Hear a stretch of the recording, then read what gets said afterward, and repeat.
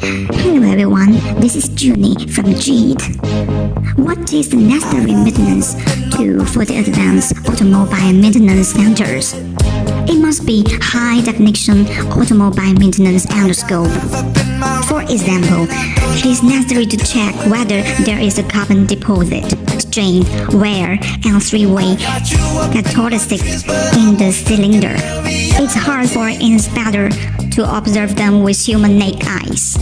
At this time, we need to use a high-definition endoscope, 210-degree hooking back to observe the fuel injection nozzle, 360-degree rotating to observe whether there is a carbon deposit in the cylinder.